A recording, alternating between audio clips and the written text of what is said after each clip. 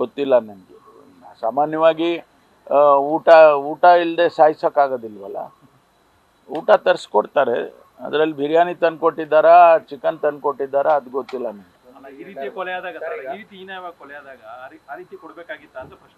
ಗೊತ್ತಿಲ್ಲ, ನನಗೆ ಗೊತ್ತಿಲ್ಲ.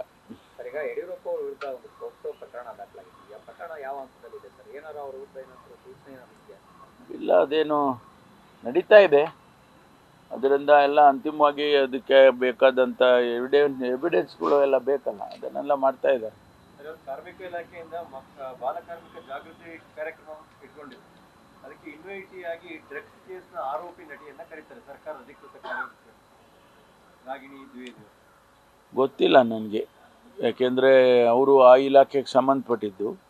ಅವರು ಅದನ್ನು ನೋಡಿ ಕರಿಬೇಕು, ಯಾರನ್ನು ಕರಿಬೇಕು ಯಾರನ್ನು ಕರಿಬಾರ್ದು ಅದು ಅವ್ರ ತೀರ್ಮಾನ. ನಾವು ನಮ್ಮನ್ನು ಕೇಳೋದಿಲ್ಲಲ್ಲ.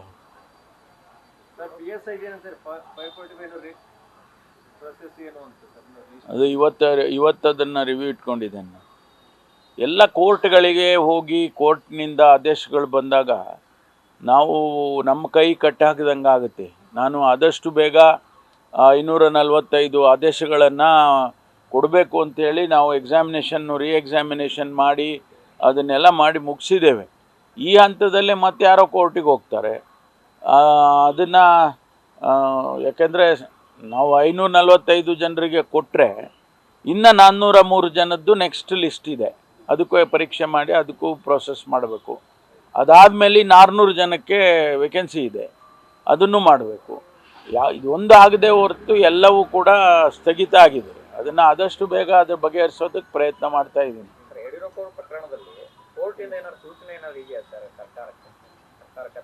ಇಲ್ಲ, ಏನು ಸೂಚನೆ.